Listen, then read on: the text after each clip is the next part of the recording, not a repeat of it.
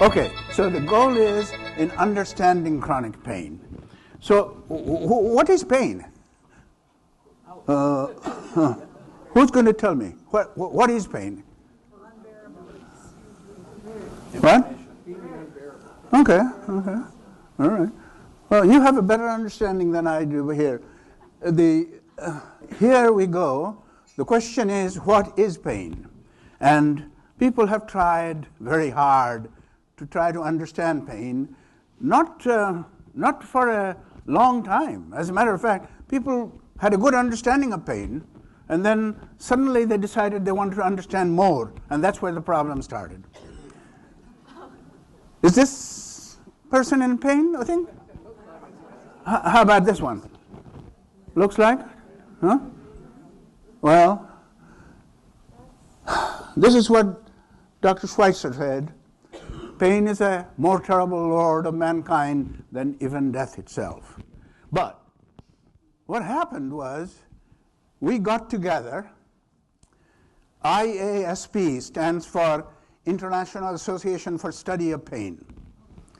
I can tell you a little more in the sense that IASP was started in 1973, and about 240, maybe 250 people from all over the world met in Issaquah, Washington, to form this society, and I was one of them. We came up with this definition of pain, and you have to all memorize it. An unpleasant sensory and emotional experience. That's the part you have to memorize. So this is the definition accepted by the pain community. Here's another definition. Social Security Commission says a complex experience embracing physical, mental, social, and behavioral processes. I hope that gives you a better understanding of pain. I think that the best definition comes here. You'd agree? Yeah. Okay. Now, next question that I have is pain good or bad? How many say it's good? And how many say it's bad? Oh, you're about equally divided because, and that's the answer. It's about the same. I think good is good and bad, right? We knew of the first time we came across this was a doctor reported about his daughter who was born with what we call hereditary analgesia, never felt pain. Well, how did he find out? Well, at the age of 5, she bit her tongue and ate it. Just a bit, not the whole thing. But she did not feel anything. And of course, when that happens, you don't live very long. She died at age 21. When she burst her appendix, didn't have any pain. So nobody knew until she was at the death door. And she died. And this is what we know as the story for most people who have that condition, hereditary analgesia. So there is a lot about pain that is good. It's our warning signal. René Descartes in France in the 17th century came up with this understanding of pain. And as you can see, we're talking about pain right there, going up this way into the brain. You wouldn't believe it, but there was a time when people believed pain came from the heart. René Descartes was one of the first people to put it together and say, this is where the pain comes. And he likened it to this long thing being a rope, like as if you're pulling a rope, and at the other end is a bell, and it rings the bell. Good understanding. Until we came quite recently in the 20th century is when we had better understanding as we learned the anatomy more. Now we are saying that this is how pain travels. From that little toe, it goes up here into the spinal cord through nerves, and then goes up into the brain before we feel the pain. That's the simple description of how the pain gets to brain. So this is another description, pretty nice, I think. You touch a hot anything, and the sensation goes up into the spinal cord, where, as you see, it meets with other friends, and then transmits itself through another branch that goes to the brain. And fortunately, the brain can send information that goes through the efferent tract, and muscles pull your hand away. Some of this also happens reflexly. It doesn't have to go to the brain. It goes straight to the muscle, and it moves away. Because if you had to wait till the brain tells you to move, you will burn your hand badly. Because there's a lot of time goes in between. We're talking about seconds here. So, I think I didn't mention this. There, you see, this part of the system, of the nervous system, is called the peripheral nervous system. And this part, the spinal cord and the brain, is the central nervous system. So now we go to the next thing, and here you see the central nervous system, the brain and the spinal cord. Next we go to the brain and see that the brain has multiple different areas, and you are probably familiar with it. This is the frontal area, frontal lobe, parietal lobe, occipital lobe, temporal lobe, and this is called the cerebellum. This is the spinal cord here, from here, usually comes to about there, and the nerves come out of it, and the nerves comprise the peripheral nervous system. Okay, going further, these nerves, even though they come out of it as a single branch, join together with other nerves and become a nerve that we know of, that we call median in one place, ulnar in another, sciatic, as you know, going down the leg. But the nerves are what? They're also cells, just like other body cells, except they're specialized cells. And in this specialized cell, you see this is a nerve cell with a nucleus and some processes. These are called the dendrites, and this is generally called the axon. But they meet with another dendrite to transmit the impulse. And that area is magnified here. And what you're seeing here is the end of one nerve joining to the end of another nerve, the process. This is the receptor side. And the exchange occurs primarily in a chemical manner. And that is an important thing that I want you to understand. That even though part of the sensation transmission is electrical, but it transferred to another place through chemical means. Different chemicals are produced, and they have different responses. Some chemicals increase the sensation, some chemicals decrease the sensation. So what you actually feel is a combination of good and bad. So we go next to this situation. This is too complex, but it just shows all of the different chemicals that have effects.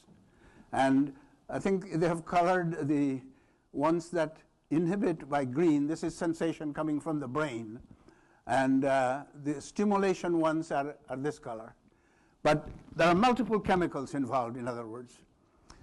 And so what we come to is that you get a sensation here. It goes through a peripheral nerve, comes to the spinal cord. Then from the spinal cord, it joins to another set of nerves that take you up into the brain, and then it goes into different places in the brain, as we will go through this in a minute. Here we are. This is another thing that we need to understand, is that there is two systems. One is the nerve that I just talked about that takes the sensation up the brain, and the other is an inhibitory system that we have in the brain that comes down and generally meets at the junction that we call the dorsal horn of the spinal cord. And I'll show you a couple of more pictures. But this is important to understand here, and that is that there is a what we call a stimulatory pathway. In other words, this sensation is going up to the brain for you to feel the pain. And there is another system that actually stops the pain, inhibits the pain into the same area in the dorsal root. Right there is the dorsal root dorsal horn, we call it. And then you see all of these chemicals listed here. You can look at them at a later time, but there are a whole bunch of chemicals here and a whole bunch of chemicals here. These are the chemicals that stimulate the pain sensation. These are the chemicals that reduce the pain sensation. So in our body, while we are feeling pain, a lot of things are going on. Some of the things are making your pain worse. Some of the things are making your pain less. The body is fighting that. Going on further, this is called the gate control theory.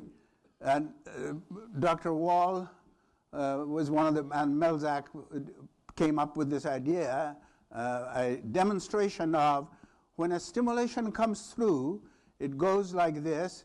This is the painful stimulation. And if you hurt yourself and you rub it, now this is a different sensation, not pain sensation. What is happening, that sensation is going into the spinal cord through another nerve, and that inhibits the other one, slows it down, because now the sensation that is actually going up to the brain is being modified. And it is also being modified by stuff that is coming down the brain, because the brain is always trying to limit the amount of sensation that will go up. Now, multiple other things may be happening.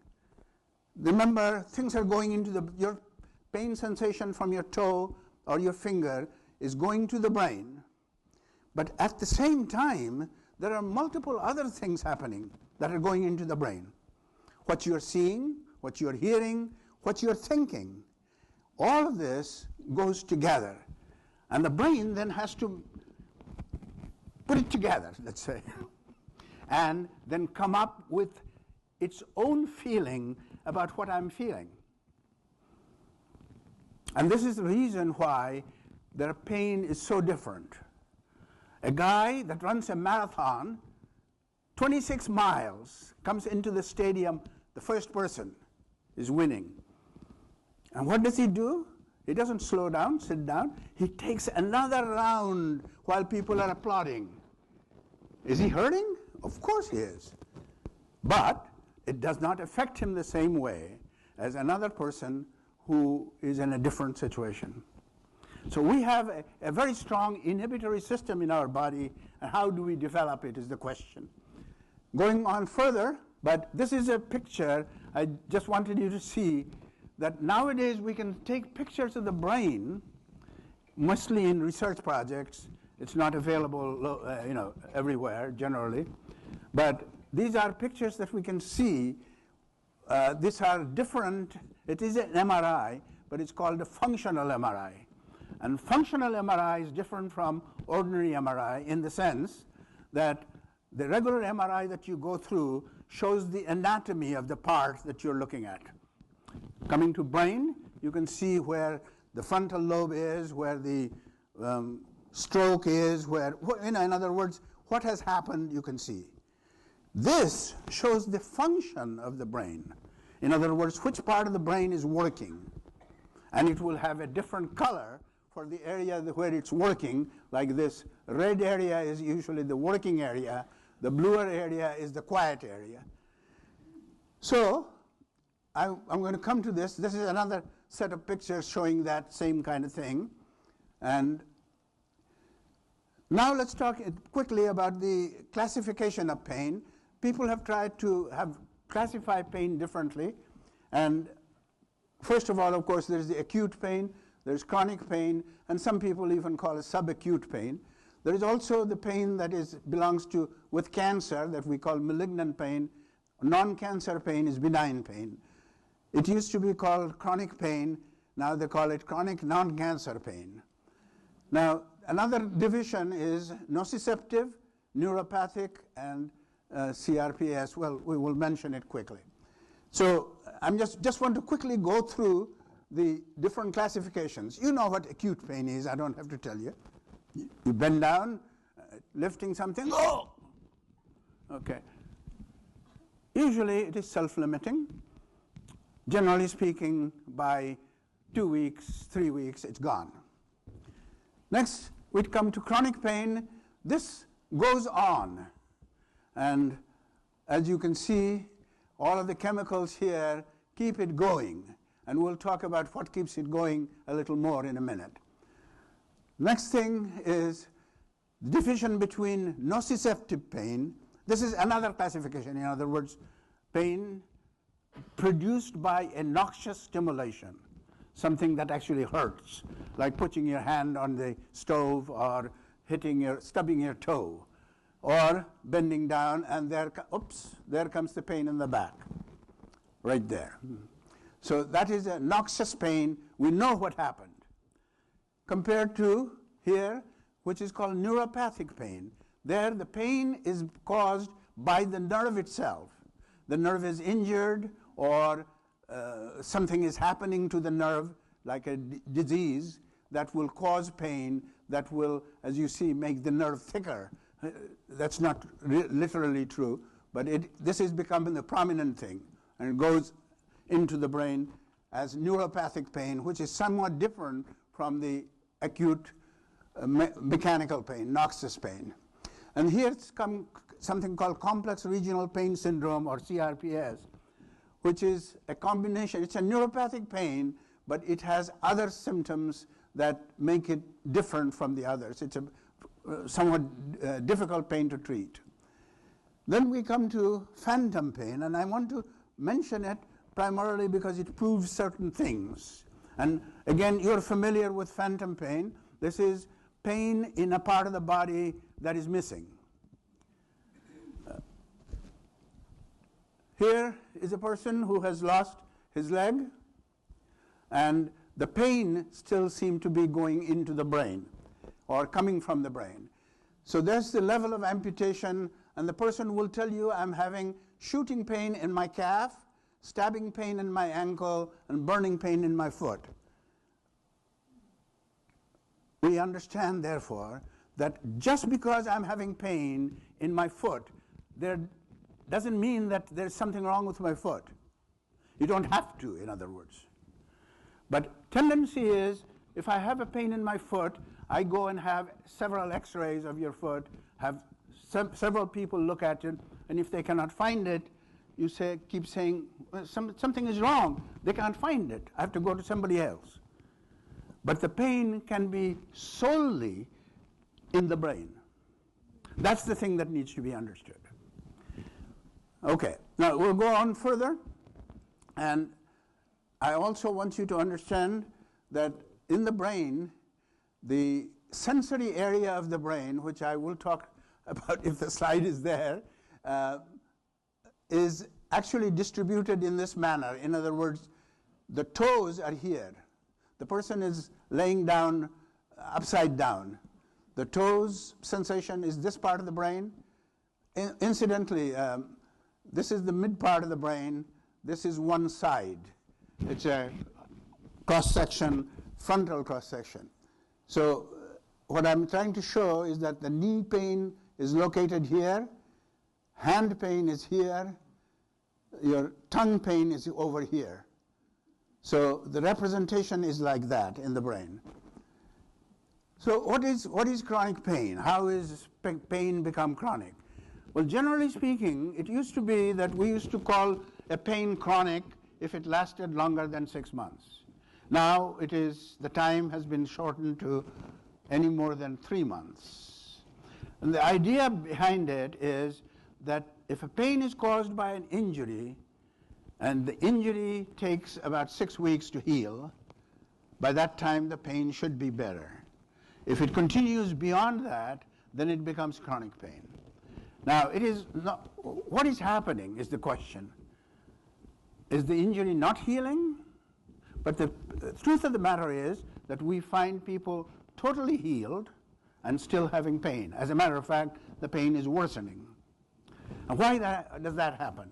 It's a combination of things. That's what we want to talk about. Here's chronic pain, where we're talking about all of the things that happened. There is worry of different kinds, causes anxiety, causes sleeping problems, not being able to cope. That actually increases pain. So it becomes a vicious cycle that goes on and on. And there is another thing here which shows the psychological changes and also changes in the body. The activity in the body decreases, and as the activity decreases, any further activity causes pain, and that you stop, and therefore further deconditioning occurs, so then the next time you want to move, it hurts you more. So there is another vicious circle. Pain can be, of course, caused by many, many different things, and here is a list of all of those things: sore joints, tendinitis, aching joints, muscle spasms, strained muscle, etc., etc. And here's the pain cycle once again. And persistent pain, when the pain goes on, that makes you less active, less fit, weak muscles, lack of energy. My light doesn't keep going, runs away. Okay, stress, anxiety, negative thoughts, depression, etc., which all, again, becomes a cycle. One helps the other. But it's more than that. And it's, all of that is difficult to put together, but give you a simple example. When you suffer from depression, usually we find that a chemical called serotonin is low, right? You all know that. When you have pain, what do we find? Serotonin is low. So if you can easily understand why depression, if you become more depressed, your pain will also increase because serotonin is low. We have actually done studies in which you have pain, okay, come on in, we'll do a spinal tap and take some fluid out and check your serotonin level. It's low most of the time. Substance P is a factor chemical that increases pain. Oftentimes your substance P will be high. So it doesn't have to have any other things, but if the chemical balance is changed, that will keep your pain going. In addition to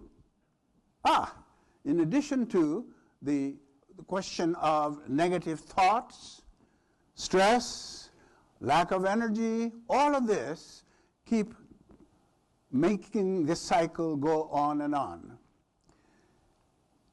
There is this other thing called peripheral sensitization, and you notice it's a kind of a thing that you can eat because it's calling it a soup. So this sensitizing soup, what happens if you have an injury, there is chemicals released. And sometimes these chemicals will stay there. They won't move away. They won't get absorbed. And then it produces a collection of all of these chemicals which will keep the pain going. And we call it sensitization. Here is, no, we'll discard that. Here is a situation of sensitization of the muscles. And these sensitized muscles now keep feeding the brain with the pain sensation continually. Now, here, this is showing that when it gets to the spinal cord, right there, which is a cross-section, in the spinal cord itself, it can also be sensitized by same kind of mixture of chemicals or other stimulation. It's mainly chemical. Now, there is also that inhibiting path that I had mentioned to you. So, again, if we look at this mechanism properly, we see that the sensation comes through several different kind of nerves. This is called the C nerve, C fiber, which is the thinnest, but that is what carries the pain that is ongoing, like a chronic pain. These are called A beta and A delta. And they carry more stronger they have mechanical pain. When you rub, when you push, or cause pressure, they go through these nerves. And they all come into this dorsal horn where a lot of things are happening. In the dorsal horn, it can be changed to being much more sensitized so that the stronger stimulation is going up. And then, of course, we also have the inhibitory pathway that I talked about that's shown in blue. It's the same kind of thing, which is also can affect it so that it is less affected. And you all know that there is, in our body, morphine is produced in our brain. And it comes through into the body and suppresses pain. It has also been described as endorphin. There are other names for it, dimorphin and things like that. But they have a tendency to reduce the pain as well. So it's a combination of these chemicals that decide how much pain you're going to have. This is a quick description of the inhibitory pathway, which comes down and it affects the synapses with chemicals of their own. So in the brain, the area that is affected by pain involves, this is called the somatosensory cortex in the posterior frontal parietal area. And that, as I was describing, goes up and down with your feet in this area, the hand down below. This is where we feel the pain. Then there is insular cortex, there is thalamus where the sensation is distributed into different areas of the brain, and the frontal lobe, which has a lot to do with what we think about the pain and associating with a previous problem. Like if you have had back pain before and you suddenly bend down and have another pain, you think about the old pain, and that in itself affects your pain. So that Cartesian theory that we had talked about earlier, where a simple pain went up through a rope and you rang a bell, is now considered different. That was, it's saying 16th, it should be 17th, but in 21st century, we know that this noxious stimulation goes up into your brain, and there is also sensation coming down to the brain, but it is affected by prior experience, attention, mood, chemical changes and structural changes, genetics, and the sensitization that I just mentioned, both in the outside in the periphery as well as in the central nervous system. So we call it central sensitization. To add further fuel, there is this thing called neuroplasticity. And I'm not sure you've heard of neuroplasticity. It's our brain that is capable of regenerating nervous connections so that it will keep things going. When you are in love, the neurons connect up, and all you can think of is your love. Any other problems that come up, you associate it with it. You have to think about, what will he feel like? What will she feel like if I do this? The same way, if you learn music, you can dream music. If you develop chronic pain, same kind of association occurs. So that your brain becomes sensitive to pain. And that's what we're trying to mention. So that is neuroplasticity, and we are finding out that that can be changed. In other words, we used to be saying that only children develop new connections in brain. So you have to teach them a new language early on. Now we're finding out that even oldest person can develop new connections. Okay, so this is what happens. The neurons get to be friendly to each other, and it says, best friends forever. No, it's just for now. So, to sum it all up, you can see the pain is complex. Pain is a mind-body experience. Pain causes dysfunction. When treating pain, we should treat all of the associated problems as well. and often pain cannot be cured, but the suffering can be markedly reduced. Understanding the complexity of pain helps to deal with it. And that is our goal here when we try to talk about it, hoping that more knowledge will improve your knowledge, and that will help you being able to cope with the pain. Because if you understand something, it's much easier to cope with it. And we have locally a chronic pain support group, and the idea behind that is also the same. And I'm hoping you will learn more about it if you are dealing with pain. So continuing with chronic pain, you find that, just like I was telling you on the functional MRI, you see that the healthy brain has less red than the pain with the chronic pain, a person with chronic pain. So if you are a person with chronic pain, we do an MRI and give you some pain, the same pain that I give another person who does not suffer from pain. This will be the difference. The healthy person will show very little red area compared to a person with chronic pain. And here's, but here is a person with arthritis, and you understand all of this now, that it goes through the dorsal horn and connects to other neurons that go up into the brain. But what we do want you to also understand that there are these neuroinhibitors that come down and try to help your pain.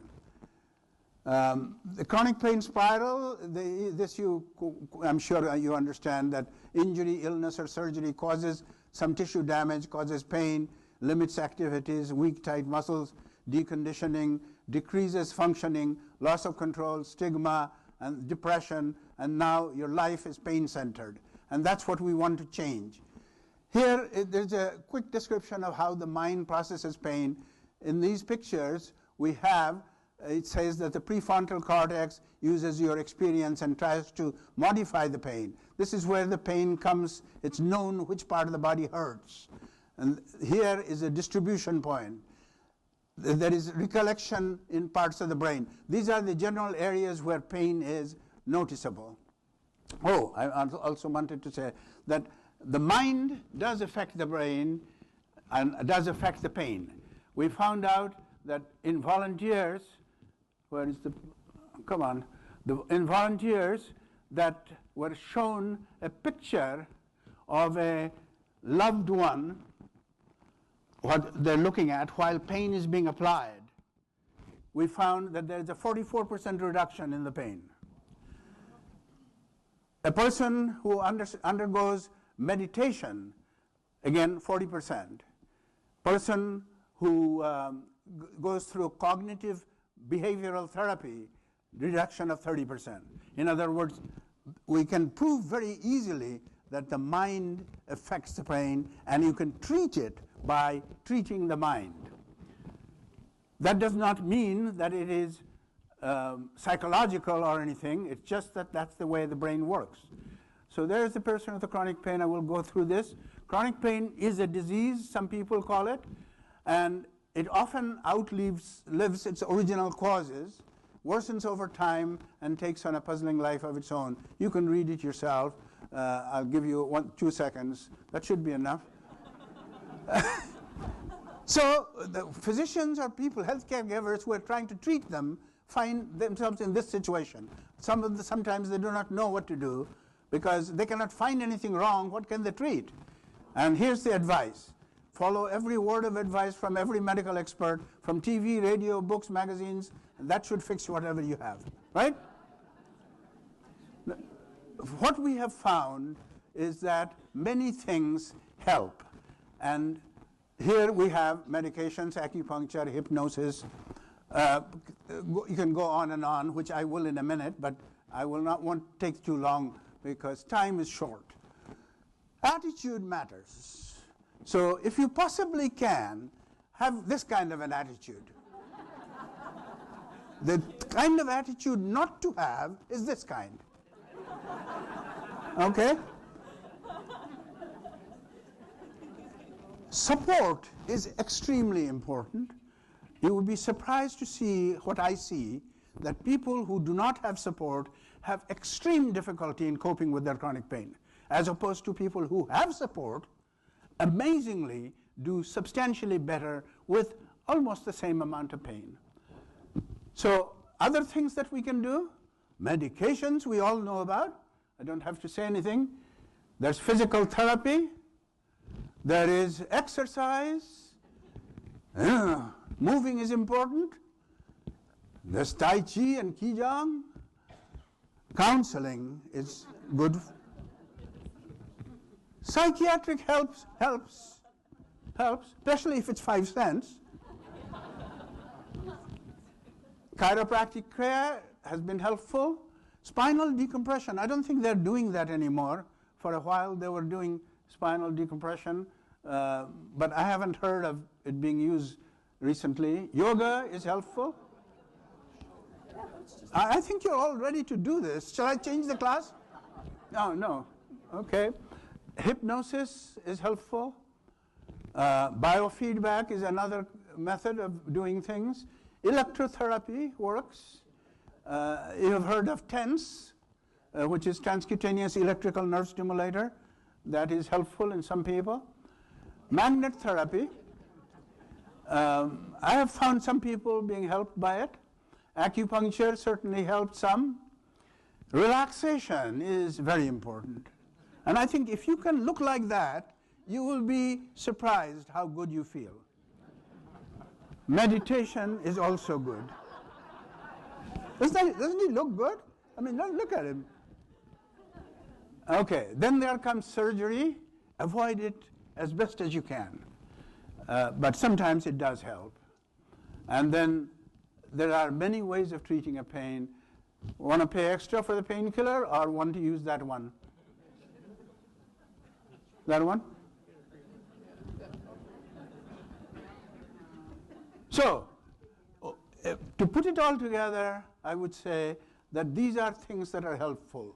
Eat wisely, use medications appropriately, move and exercise as best as you can, ease tension, improve sleep, shift your focus from the pain to something more useful, think constructively, recreate and socialize, improve your mood the best you can, use good work arrangement, and most importantly, pace your activities. Stay here. Do not go too high, do not go too low, pace yourself. I tell people to do exercise, the next day they want to run a marathon. And come back and say, it's hurting. Well, of course it will hurt if you have not done anything for a long time and suddenly you decide that more is better. No, you have to pace yourself. Well, everything that will help. I gave a talk on the best way of treating chronic pain, and my summation was that there's all of these things you can try, and try all that you can. Start with the one that has the least risk and go up gradually. Combination of 5 things, nothing wrong. If everyone gives you 5% benefit, you end up with 25%. Okay? So try everything. And if you do, you will get rid of this pain. That's how you'd feel. Okay? And that'll give us peace. Okay. I've taken too much time. Yes. And I don't know whether there is time for questions, but nobody has any. I always say that I talk so well that when I say something, nobody has any questions. I've understood everything. Yeah.